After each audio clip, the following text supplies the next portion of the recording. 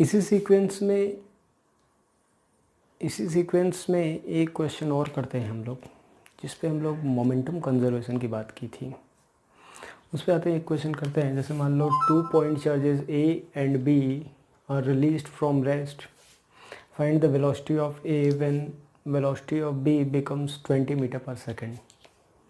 तो देखो क्या है, हम लोग को पता ही है 2 पॉइंट चार्जेस हैं। एक पॉइंट चार्ज ये है A, एक पॉइंट चार्ज ये है B।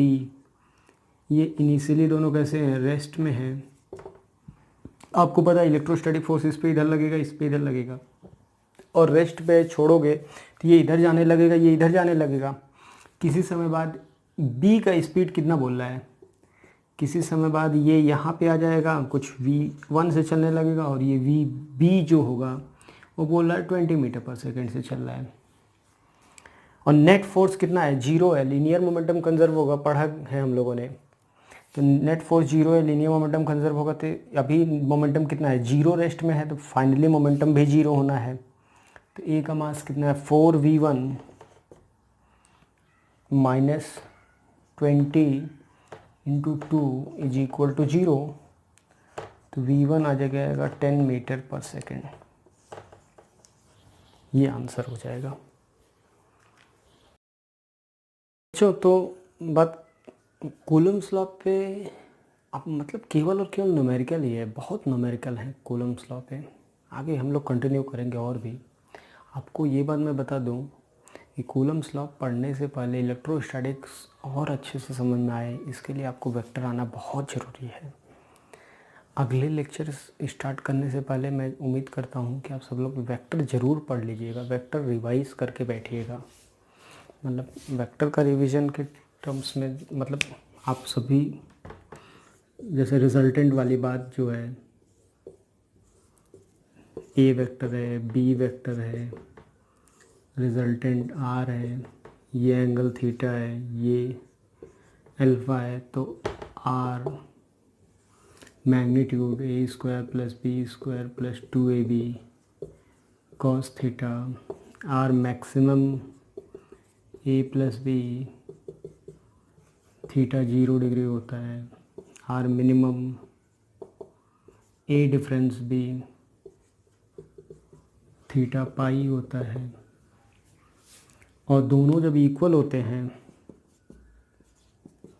ए और बी जब बराबर होता है, तो आपको याद रहना है, रटना है, एकदम दिमाग लगाना है, साथ में रटना है एकदम, कि ये रिजल्टेंट होता है 2a cos थीटा बाई 2। ये भी एंगल थीटा बाई 2, ये भी एंगल थीटा बाई 2, बीच से पास होता है रिजल्टेंट हमेशा। इतनी बात आपको याद रखना है, एकदम रटा होना चाहिए। और कंपोनेंट लेना है, कब कंपोनेंट लेके सॉल्व करना है, रिजल्टेंट निकालना है, कब बिना कंपोनेंट के रिजल्टेंट निकालना है। ये दोनों ही क्वेश्चन सॉल्व करने का तरीका आपको पता होना चाहिए। ठीक है, जैसे कि मैं कुछ प्रॉब्लम आपको बोल रहा हूँ, जैसे मान लो रिजल्टेंट पे एक आध क्वेश्चन मैं आपको कराऊँ। तो जैसे मान लो आपको ये दे दिया जाए कि हमें बताओ 10 न्यूटन का एक फोर्स लग रहा है 37 डिग्री पे, और एक फोर्स है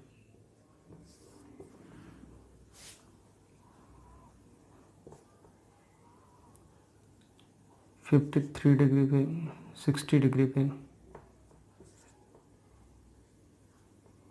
नहीं 30 डिग्री का फोर्स है और 12 न्यूटन। Find resultant force. अब ये हमें रिजल्टेंट फोर्स पता करना है। तो देखो, ये अपने को ये दोनों फोर्स का रिजल्टेंट पता करना है। तो एक बात याद रखना बच्चों, कि कभी ये आइडिया नहीं लगता कि कब रिजल्टेंट वाला फॉर्मूला लगाएं, कब कंपोनेंट करके सॉल्व करने। ये एक्सपीरियंस से ही आता है। जैसे मतलब यहाँ पे अगर दो फोर्सेस पता है, दोनों के बीच क्या एंगल पता है 67 डिग्री, और 67 डिग्री की तो वैल्यू निकाला जा सकता है, चलो ठीक है। और यहाँ पे ये दोनों फोर्सेस पता है तो A square plus B square plus C square करके तो हम निकाल सकते हैं, वो एक तरीका है। और या तो इसको कंपोनेंट करना, और कंपोनेंट करना बहुत आसान है। इसको ये जो F1 है, F1 देखा जाए तो F1 वेक्टर के कंपोनेंट को ये 37 डिग्री है ही है, ये कंपोनेंट बेस के साथ कितना बनेगा 8, ये 6, तो F1 आ जाएगा 8i प्लस 6j।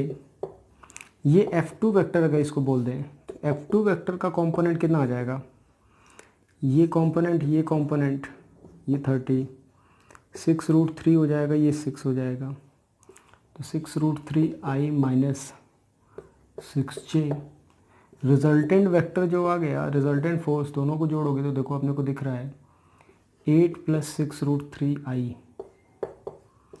और ये बहुत आसानी से हो गया। मतलब दोनों को हटा के रिजल्टेंट फोर्स जो बना वो यही बना, 8 प्लस 6√3 रिजल्टेंट फोर्स आ गया इन दोनों की जगह पे। कई क्वेश्चन ऐसे रहेंगे जहाँ पे कंपोनेंट से ज़्यादा आसानी, कई बार कंपोनेंट लेना आसान रहेगा तो कई बार कंपोनेंट न लेना आसान रहेगा। जैसे मान लो एक क्वेश्चन मैं आपको और कराऊँ कि ये बात तो सबको समझ में आ गया।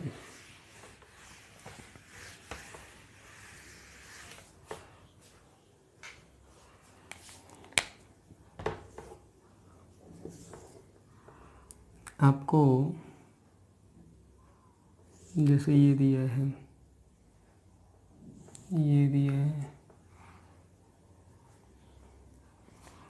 ये 60 डिग्री, ये भी 60 डिग्री, ये 10 न्यूटन, ये भी 10 न्यूटन, और एक ये F1 है, F2 है, और एक फोर्स इधर लग रहा है F3 5 न्यूटन। हमें इन सभी का रिजल्टेंट बताना है। 3 फोर्सेस लग रहे हैं, तीनों का डायरेक्शन देखो ऐसे दिया है। तो याद रखिएगा हमेशा सॉल्व करने के लिए सबको एक पॉइंट पे पहले लाइएगा, सारे फोर्सेस को एक पॉइंट पे लाया जाए। तो वेक्टर की प्रॉपर्टी तो हम लोग पढ़े हैं कि वेक्टर को शिफ्ट किया जा सकता है कि ये मान लो ओरिजिन पे है, इसको भी ला दो ओरिजिन पे, F1 मान लो इधर है ही है ऑलरेडी 10 और 60 डिग्री पे। F2 को उठा के पैरेलली यहाँ लाओगे तो F2 फोर्स भी इधर आ जाएगा, वो भी 10 हो जाएगा, वो भी 60 डिग्री। F3 को उठा के सबका टेल एक जगह ज्वाइन करेंगे, सबका टेल, ये F3 हो गया, ये F1 हो गया, ये F2 हो गया। अब अभी पढ़ा है, ज़्यादा कंपोनेंट लेने की ज़रूरत नहीं पड़ी कि दोनों इक्वल है, दोनों के बीच का एंगल 120 है, तो 20 cos 60 2a cos थीटा यानी 10, तो 10 है तो इधर 5, ये 10 ये 5, तो रिजल्टेंट कितना बना, रिजल्टेंट अपने को समझ में आ गया। रिजल्टेंट फोर्स आ गया 5 न्यूटन, 5 न्यूटन, ये रिजल्टेंट आ गया एक्स एक्सिस के अलावा। Final solving. तो मैं आप सभी से ये बोल रहा हूँ कि आप सब लोग वेक्टर रिवाइज कर लीजिएगा, तब आगे हम स्टार्ट करेंगे। और वेक्टर नहीं रिवाइज करो